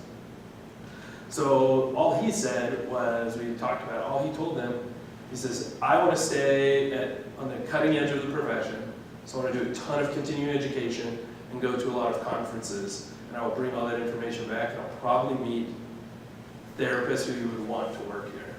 And they ended up giving him, in total value, because they gave him more days off for Con Ed, that was part of his negotiation, because then he doesn't have to pay tax on it. Huge win. Any money that adds to you, like empirically, that you don't have to pay or touch, is a big win. So he did that, increased overall contract value by probably close to $10,000. But that was just because that's what he said. He said, this is what I know that I'll do anyway, and like it would be awesome if you could help me. And they said, yeah, sure, we'll give you paid time off, we'll give you some more Con Ed. Like they didn't even count it towards like his holiday stuff. It was awesome. But that's one specific example of how you can create that story. Or if you like are in a community and you have good former experience as an athlete of some sort, gymnastics, football, cheerleading, track, whatever it is, and like you're steeped in that community and you speak that language and you can do things, that can help a clinic stand out, specialization-wise, there's value there. And sometimes the negotiation isn't necessarily give me more on my salary, maybe it's anything that comes attached to something that I've done, could I get a percentage of that? So like it's not guaranteed to you, but that also means you don't have necessarily a ceiling either. or a floor. Updating marketing and doing social media related stuff, making them relevant in those spheres has value. And I've seen that. Thank you. Any follow-ups to that? Cool. Oh, this is a good one. What do I do if my first position is bad? You quit. Who cares? Like, this isn't retail. You don't show up and say, I don't know, you're at Target, you're at Kohl's, you're at the grocery store, all within 6 months. That's not promising. Who cares? Like, it's your license. Like, it doesn't matter. Like, it's as much you, like, that's you. That's a strictly employee mindset, which isn't the worst thing in the world, but I would say it's kind of toxic when you're a licensed professional, because they need your license just as much as you do, if not more. So like, if it sucks, leave. And it's a really easy separation too. You can do it amicably. Like, I've been here. I'm glad that I had the opportunity to be here. Based upon what you told me in my interview, based upon what I've observed and what's become more important to me professionally, like, this is working temporarily, but I don't see that this is going to be a long-term solution. As a matter of fact, I've kind of already started looking for positions, but I can be here as long as you need me to be here. And then they're like, ooh, yeah. Like, you just help them realize that you're not going to be the best fit for their situation. It's not you, it's me, right? That's the classic. But I think that's important. So one of my colleagues, like when I graduated school, he had 3 jobs in the first 6 months. And then he's been at the 3rd one for years now. Because they would say, we're going to pay you X in bonus if you do this, this, and this. You would do exactly what they said. Talk gives you leverage. Like doing what they say, like acting on what they say gives you a lot of leverage. Because then he just shows up and he says, I want to talk to you. I've done everything you've said, where's my bonus? And then there's crickets, and he's like, all right, I'm leaving. And he just leaves. And then he goes to the next one, does the same thing. And now he's with the VA, and he loves it. But I think that's important. I think like you need to have permission to leave a toxic situation. Now, when would I say, what's the caveat to that? If you're so emotionally overwhelmed with practice, it's like, I don't know how to document. I don't even know why I'm a therapist. I'm awful. I can't remember any of this. I can't do this. I can't. Like if it's that like kind of that sort of spiral, that sort of churn, and it's just down and down and down.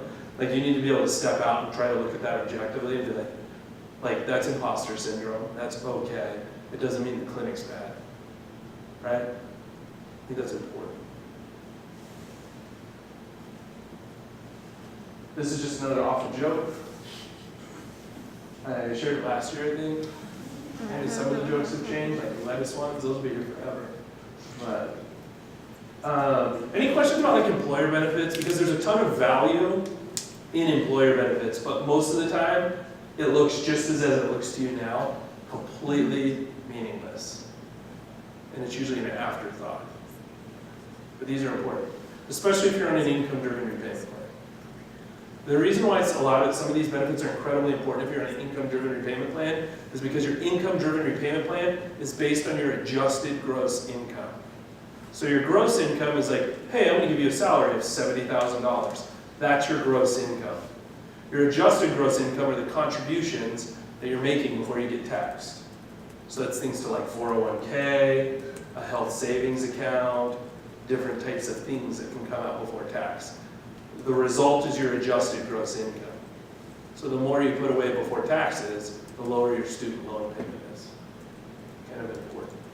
But any questions specifically about these? I will zip through them because I know we're fading. I know that. I'm not that blind. Any questions? One last thing I'll point out then. Health savings accounts are incredibly underrated. You have to be on a high deductible health care plan for it. That money goes in tax-free, you pay nothing on it. It comes out without having to pay any taxes on it. It's one of the few things that can do that. It is incredible. And if you don't use the money, it continues to roll over and to build up. That's a health savings account. And that also decreases your student loan bill, so that's pretty awesome. And then what happens is if you still have money and you're entering into retirement, after a certain point, you can now use it for anything you want. So that's kind of cool. Never paid taxes on it, it grew tax-free, it did all tax-free, tax-free, tax-free. Super cool. So that's just a neat thing. Something that's very important are your disability protections. Do you guys remember when, you guys probably don't, a little bit older, but Jennifer Lopez insured her butt. I remember seeing that in the newspaper headline. It's her moneymaker. You should insure it. Your moneymaker, right? The way you protect that is with long-term disability. Short-term disability is exactly that. Usually lasts for a few months. If you've saved an emergency fund appropriately, I really don't care about whether or not you have short-term disability, but long-term disability is something that puts you out of work for an indefinite period of time. That can like derail your entire financial trajectory by like hundreds of thousands, if not millions of dollars, because you can't pick how long you're going to be out. So an employer oftentimes will give you 50 to 60% coverage on that. Often. And if they don't, so then what do? You've got 60%, that's not enough, you just supplement on top of that. But that's just something important. I don't necessarily know that it's a deal breaker, but like you want to look for that. That's one of the ones where you're like, cool, that's on there, box ticked. Any questions on any of that?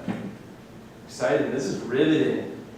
And then this is depressing. So we got really excited and really depressed. So taxes are a problem. They can be. The purpose of this is a behavior you have to wrap your mind around. You'll start pretending and drawing up like some sort of a fanciful lifestyle on this. And then what happens by the end of the month is you get this. And in between, you buy too much stuff. So how do you make up for it? You start swiping plastic. And that becomes a problem. That's a behavior thing. Right? Live on the little numbers so then you can like grow and grow and grow and grow. Just have to be mindful of it. I wasn't. I remember starting PT school being like, I'm going to make $85,000. I'll be okay with that because I'll make more someday. Then I get out and they're like, Will, we're not going to pay you $85,000. Then I got sad. And then I got my check and I got really sad. I was like, this is not even close to that. This is just an example.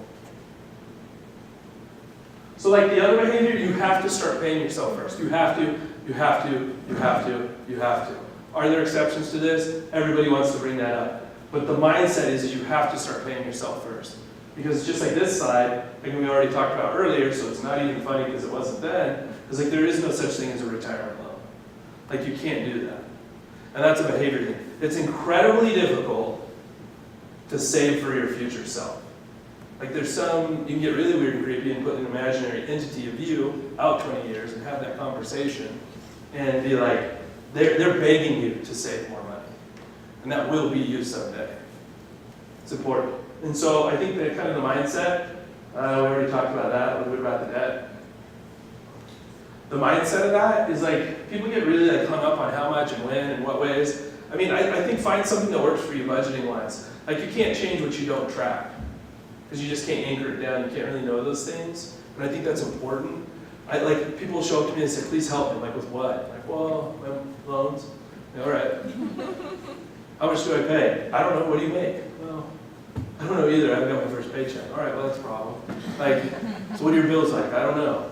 What is this? I don't know. I don't know. I don't know. Like every single key variable to your situation, if it's ambiguous, what's your answer going to be?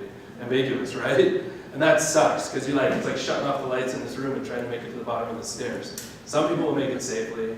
Some people will be people will laugh at because they'll stumble, because I guess falling's not funny, but to me it is. But like that's what happens. Like you just have to have lights on about these kind of things. Find some way to track it, and then once you track it, figure out a way to distribute it. I think of these three ways, basically 3 tiers of money. Money you save, which is the top one. Money in the middle, which goes to your essential expenses. And then discretionary money, because I also believe you should have fun with money. Like, because the ultimate thing that we're not really talking about is time. You're never going to get this time back. It's the only irreplaceable resource. Time in life, right? Like you just don't, like, you don't get it back. So like, that's why you have to be purposeful in what and how you're doing. And I'm standing here not because I've been great at doing it, but because I'm like, damn, if somebody only would have told me 10 years ago in a different way, I would have probably done things differently. That's just the reality of it. If you want to retire, this kind of proportion, if you're in your like 20s, 20, 60, 20, like that would get you to like 65 comfortably. You'll just be like, cool, I put in my time, I got a job I enjoyed, done all these things, like that's neat. If you want to stop working sooner, that top number, how much you save, your savings rate, goes up exponentially. Exponentially. If you're thinking, I'm going to work 10 years and then take the foot off the gas, that number's going to have to be closer to like 60%. Isn't that crazy? We saw that $4,000 number. How are you going to live when you're saving 60% of it? And pay off the loans, and do this stuff. Hard to do.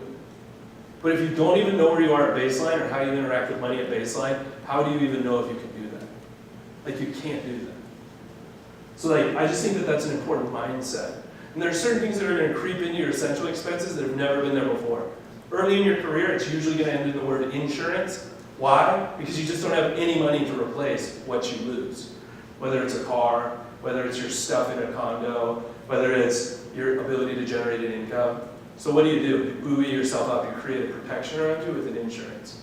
And over time, as you start to make more money, you need less insurances. Why? Because you can replace it, because you have the assets. Helpful? Cool, we'll just keep going. It doesn't really matter if it's helpful. We're just going to get through this, guys. We can do it. So I think that that matters because that's how you shoot the trajectories for your goals. Like, you have to have goals. And the thing is like, if you're not preparing, it takes very little effort to prepare for a long-term goal if you start preparing for it here. If you wait till you're here, that long-term goal is now a short-term goal. And you just don't have the runway to do it. And you can't use time and compounding interest to get there. So if you don't have those moments of sitting down and mapping out, just generally, what is it that you want to see happen? It doesn't have to be like, all right, well, last Tuesday in November 2018, I want to listen to a lecture on this and this. Like it doesn't have to be that specific, but you have to have a general direction. You have to. And for those of you who were here last year, the same story exists because it's just as true as it was then. This is a road in Costa Rica. Same question. Has anybody in here been to Costa Rica? Well, I'll tell you a little side story. I showed this in South Carolina. They thought this was corn and not palm trees. That made me laugh, just as it made you laugh. It was really hard not to tell a stereotypical joke. It's on their flag. I don't understand. But the whole reason that you go to Costa Rica isn't for a slide presentation, but it's because there's a lot of cool stuff. It's a destination vacation, right? Like, it's somewhere you want to go. There's a lot of neat stuff.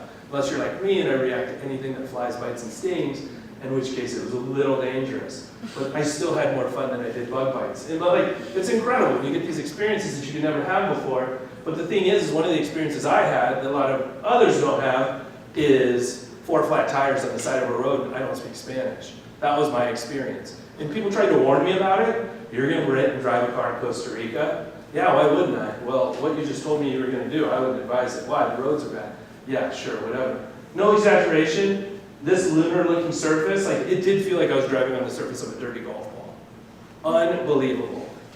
And I was just driving around, listening to this station. Everything's in kilometers an hour, so I thought it was going a lot faster than I was. But come around the corner, boom, boom, boom, 4 flat tires. And I was accidentally racist and it was referring to everybody as Mexicans. That's awful. I was ignorant, so now I put myself in an even more dangerous situation. Why? Because I just didn't listen to the advice. All I thought of was plan A, plan A, plan A, plan A. I'm going to do all these great, wonderful things, and it's going to be awesome. We're going to have all these memories, and now I have a problem. And that happens professionally. Like, it blows, like, people don't believe it does, but it totally does. I've actually seen it. I get these calls of like, hey, Will, what do I do in this situation? And it's awful.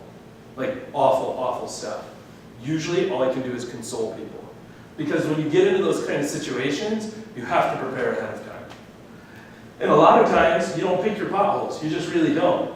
But what people do, and I blame Amazon for this, because they won't hear this and they don't care, unless someone has an Alexa. But a lot of times, people shop for these things just like you would a selfie stick. What can get here? What's above 4-star rated, 4-star and up, what can be here tomorrow, and what is free shipping. But people do that with very important elements of their financial plans. When the reality is, if they look at it objectively, it's more like a bungee cord. Who wants to buy a discounted bungee cord? I don't, but people do, because that's the behavior. So I just think that's really important. And the problem is like, how do you think about all this stuff and how do you process it? It's very difficult. Like, the mind only has so much space to deal with things, like front of mind. And what happens is you put a lot of good things and a lot of bad things in a bucket, the bucket overflows. It can be all good things. If it spills out on this table, we still have a problem, something to clean up. If it's all bad stuff, it's still a problem, we have to clean it up. And so like, what happens is I've noticed with clinicians is they don't address that, and this is what leads to burnout. I see these posts, I have these phone calls, I get those emails. I talk and hear a lot of very sad stories. And there's people who just feel burnt out. Why? Because they thought that they had to handle everything. And that's why I think it's really important. Did any of you read this article? I need to update the stats. I pulled this in like January. By January, nearly 500,000 people had read this article. Isn't that crazy? Why does that happen? Because people try to handle all these problems themselves, and you just can't do it. And so like, this is where you have to start thinking of your license. It's basically your business card. Like, this is your business. I now have a license, I'm a business entity. All successful businesses, there's a lot of delegation in place. Like, you're responsible for, you're the CEO, you're the CFO, you're the COO, you're the CMO. You have all these different entities to make sure certain jobs get taken care of. And I think some of those, like, I won't tell you about what you should look for in a law professional. I'm not a law professional. I'm not going to tell you what you should look for in an accounting professional. I'm not an accountant. But I am a licensed financial advisor. So we'll talk a little bit about how to bullshit test some of those people and what you should expect from them. First and foremost, they should be able to take this huge body of information and help pull out the signal from the static. Like we were talking about earlier, like the person at the school who's trying to help you with loans. Like, yeah, some of this that we've talked about today has been a little painful, but we've covered a hell of a lot more than they have. It made a lot more sense of it. Very similar, they should be able to take all these things, all these elements of truth and pull out the signal so you can use your critical reasoning to make a strong decision. So that's one thing that you get. The other thing that they need to be able to help you do is it needs to be somebody you trust. I keep hitting that, and I was wondering what that was doing, but I guess it changes the slide. They need to be able to do that because what happens is people don't make their best financial decisions when they feel great. Why? Because they're finally living in the moment for once. And like, this is cool, let's just soak it in. People make the worst decisions when things are going absolutely terrible. That's when people make bad decisions. Does anybody remember the Pokemon story from last year? Who was here? Oh man, come on guys. So, I work in a city center, so it's kind of like an outdoor mall, I guess. I don't know. But I'm up on the second level. What was really interesting is when Pokemon Go came out, like, so I see some people starting to laugh now. Some people probably still playing it. Probably now they don't have them all, but that's fine. Keep swiping. What happened where I work is it went from normally between the hours of like 8 and 2, there's like nobody out there. Occasionally a little bit for lunch. What was wild is when this came out, like the entire place was completely filled. It was like an episode though of like The Walking Dead. Because people weren't looking up, they were looking down. And they were literally trudging like zombies. And it was almost like 2 cruise ships on a collision course when you're watching the video. And you're like, no way is this going. And it happens. I watched people run into each other. Because they were so focused on it. It was amazing. It blew my mind. So that's what was happening in real life, which was funny. But in perspective, Pokemon did more for physical activity in that brief period of time than any physical therapist has ever done. Go Pokemon, right? What was really interesting is people were putting a lot of money into Nintendo. Why? Because they believe that Nintendo owned Pokemon. One of the rules of investing is invest in what you know, right? Like, why would you invest in something that you don't understand? So that's what people were doing. Well, what happened is, right here when people were like, I'm catching all of the Jigglypuffs and whatever else is, and I'm putting money into the stock market, so now my parents are proud of me. Life is really exciting. I feel like a hashtag adult. Right about here, Nintendo makes an announcement. They say, we don't own Pokemon. So then what happens? People are like, no, did you hear? And they said, yeah, we heard, but it can't be true. And then they look at the documentation, they said it is true. They don't own Pokemon. And then what do? They get desperate, they panic, something about capitulation, they become despondent, depressed, and then what happens? Then the day in life just continues to go on. But people made all their stupid decisions here. Why? Because they were afraid. And that's just a similar cycle of emotion. When the markets drop, people make very, very, very stupid decisions. Number one rule of investing is what? Buy low. Right? It sounds super easy. What do people do? Yeah. Absolutely. Somebody remembers these slides. That's fantastic. So what we should see here, this orange line is the markets plummeting. Right? This is like 07 to 09. Markets bottoms drop out. 45, 50%. So when this line is down here, these blue lines should be up because that means people are putting money into the market, right? Stocks are cheap, buy more of them. What do people do? 100% the opposite of it. Why is that a problem? Numerically, here's an example. You're strolling into 07, 08, 09 with $100,000. Wouldn't that be awesome right now? If y'all just had $100,000. That'd be cool, man. So they do that. the bottom of the market starts to fall out. We start to see the recession right here. At the low point, that 100,000 becomes 55,000. Ooh. How terrible would that be if you need that for like retirement? It's scary. So some people did what? They never put the money back in it. So what does that mean? They never made more than $55,000, right? Some people got scared and they pulled the money at the lowest point, and then finally they said, all right, enough's enough, I gotta face my fear. Well, by the beginning of this year, that account went from 55,000 up to 155. So more than the original 100. That's kind of cool, right? What about people who said, I can do this? And then they had people in their corner who said, stop, don't do anything stupid. Those people who left the money in there, that account jumped up to $238,000. Whoa. That's cool, right? So why in the world do people make these kinds of stupid decisions? They don't plan well, and they're not financially flexible. If all your money is in the market or in your savings account, and you need the money, you don't have a lot of options. So then what do people do? They do desperate things. Or they're just a product of their environment. Like, I know people who had to liquidate every single asset they own because my buddy's dad developed a neurological disorder. He needed Medicaid. Medicaid requires you to liquidate all of your assets to get the state aid. So everything they had ever sold, on top of the bottom of the market falling out. He's like, I watched my parents my entire life work multiple jobs, and they had such pride when they finally paid off their home, and then when they were able to retire. A year after they retired, they lost everything. I mean, that drove him. He's now a neurologist because that like gave him some fire. But now that's an issue, right? You see how that just changes somebody's entire life. That's what was going on in here. Right now, we're talking about pretend money. It's like, all right, okay, that's kind of funny. We're talking about stuff, but like in practicality and how it plays out, that's a really big damn deal. Screw up the order of those words, but it is. So then what does that mean? Like, did financial advisors make mistakes during that time? Totally. Because a lot of them can be yes people. Oh, totally, Mr. Smith. Well, we'll sell that. We'll do this, we'll do that. Totally. Because they might not have a relationship strong enough to say, look, I get it. I know you're freaking out. I know you think this is my fault. It's not. I didn't turn all those numbers red. You cannot do this. I would rather you work another year, 2 years, 3 years, 4 years. I'd rather you pick up another job. Don't touch this money. If you don't have a very strong relationship and you're standing between somebody and their money, or I'm standing between you and your money, I think that's a problem, right? You can see how people make very stupid decisions. And so a lot of times people say, well, I don't want to pay for a financial advisor. I don't want to pay for this or that. Sometimes that one decision,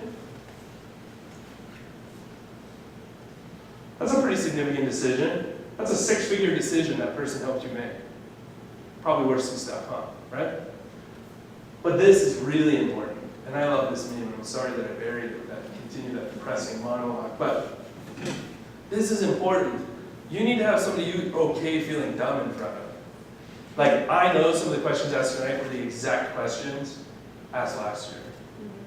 Maybe by the same people, maybe not. I can neither confirm nor deny because I literally can't remember. But it's the same stuff, and I know we went over it. But like, you felt okay asking it again, and it matters because that's going to reinforce the decisions you make. So we can pause there. Does anybody have any questions? We don't have to roll into this because I know people are tired of hearing me talk, and I think we're planning on maybe grabbing some drinks after this. Oh no, that's what I was told. I see head nod. So Water Street Brewery. For those who didn't know. So we can continue this. Are there any other things that are pressing? Would you like to go over the case study? I'll pause there.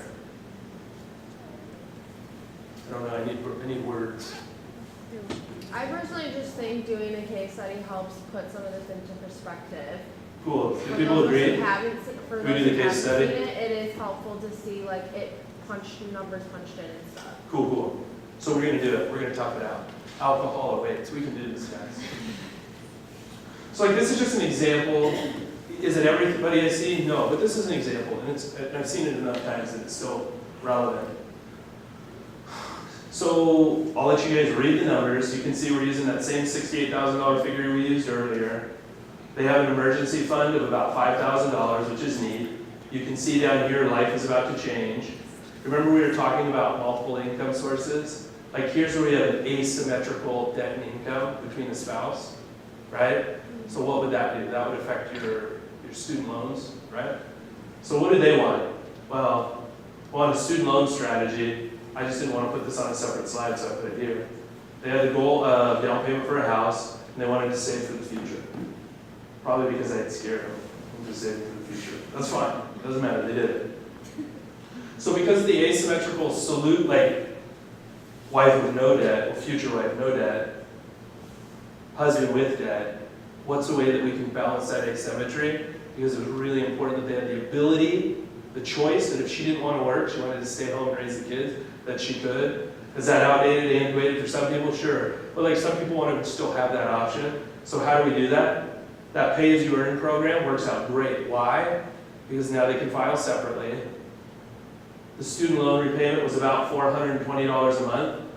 You see this little line, and we hadn't really talked about it, this loan forgiveness tax. When you use an income-driven repayment plan, to completion, 20 or 25 years, the amount that is forgiven, the government can tax you on it. So how do you prepare for that? Save a little bit of money. And then over time, you show up, and if the government's changed their policies, that's fine. And we can get into more details about that tax thing later. But that's important to take into account. And are these exact figures and numbers? They shift and change depending on a lot of things. But that was that. They just wanted a starter home. They really didn't care. They had no kids. They just didn't want to pay rent. They wanted home ownership. So they just tried it. They said, we're going to be reasonable. Just find somewhere. I don't care where it is. 150 grand. Fine. Whatever. Their choice. So how do you make all this work? For the future, they're putting some money into the 401k. They're putting some money into a Roth IRA. They're leveraging that health savings account. This individual brokerage, that's just an investment account that's not retirement related. Easiest way to think about it. So then what does that actually come out to? Well, they're making about $3,900 a month with him. Their total monthly budget, about the same. So they made it work. Do you see that? I think that's important. So one of the things that we didn't talk about, this isn't for long-term disability for nurse practitioners. This is long-term disability for new professionals because they just didn't have a strong enough benefit through their employer, so they just had to shoulder that themselves. Cool? Does that make sense? Those are just all those pieces. Is that your situation? I personally wouldn't just take this and apply it. There's definitely something. It's like an ACL protocol, right? You got to tweak it to the situation. But you can just see that you just kind of move all those pieces around, and that achieves and accomplishes those types of goals. Will that change and will that evolve? Totally, but it's a starting point. And they feel stressed out because they feel like they're living paycheck to paycheck. But if you notice, they're only really taking into account his income at this point. This is just how do we make this work if I'm the only provider? What are you taking into consideration for living expenses? This was just theirs. This is the budget. Because they're still basically living like college kids. So you're saying fun, food, gas, this sort of stuff? Yeah. So saving for the student loan, saving for the house, this is their future earnings. And the cool thing about this is all investment related, which means you're not obligated to put that away. So that is some built-in emergency flexibility if they needed to shift that. And then the living expenses, this is just what they were telling me, right? This is why they got to track numbers accurately. But you can see with the living expenses, and all that comes out to about $3,900 a month. Is that a rent? It's kind of the blended of all of them, because they're currently renting as they're doing Yeah. this. And that's one of the downsides of them not being in my city, right? Couldn't let me verify where you live. It's kind of creepy. But, so you see those types of things, and that's kind of how you work backwards into the solution. Like they said, they had a general idea of the direction they wanted to head, what does it take to get there, and they still had a lot of flexibility. They were really stressed out when we walked through it, but that's fine, because they weren't even taking into account, they don't even have kids yet. So they still have her income, which gives them a lot of flexibility. But they wanted to know, can we make this work? And we could. So then I think what should I do? I think a little self-assessment is helpful. Kind of generally when you're working with the patient, right? Cool, you're struggling, are you sleeping all right? Are those types of things. I think similarly, you can kind of draw some loose correlations. I personally don't like this slide, I'll probably delete it, so I'll go through it. The other thing is if you want to talk very specifically about your situation, pull out your phone and just email me. And that's pretty straightforward. If that drives you nuts, you can just go to financialphysio.com. Like, it'll just take you to like my call calendar. That's the easiest way to do that. Like, I don't care, even if it's the dumbest question in the world, like at least you feel that way, ask it. Because I would rather you ask it than bury it and make a dumb decision. It's really important. Also, I like to network, and that's how we can network. And sometimes some of the upsides is that I find people jobs. Like, it's not my primary thing, but I do it fairly regularly. So I think that's cool. And I think the big takeaway here is like, do something, just like a hinge on a door. Like it turns very little, but it swings very wide. Any of you guys work in food service? How about that door to the kitchen, right? Like that thing swings. You go through it with confidence or fear, right? And sometimes you go through it confidently, and I'm on the other side, and you still have a problem. But more often than not, if you go through it fearfully or with timidity, you're going to end up on your back, right? Or you're going to cause problems. So what causes people to do that? People who aren't asking the questions and aren't taking the actions. So you're ill prepared for significant things. That is it. That's for something else. So some people, like, if I have no financial incentive for this, but I don't know if any of you guys know Alex Angar or Will Boyd. They're pretty easy to find. They do a lot of PT marketing. They were clinicians who got very angry about the way things were being done. And this is like a marketing course that they're getting ready to start in the new year. Like, and it applies, I think, just in general to healthcare related stuff. I just like them enough that I figured I'd put it out there. Take a look at that. That's kind of neat. This is all legally stupid stuff. None of the rest matters. Do you guys have any follow-up questions? Because if not, that's all I have. We can continue later. I do appreciate you guys hanging in there. We did it. It was long, but it's possible. I appreciate your time, guys.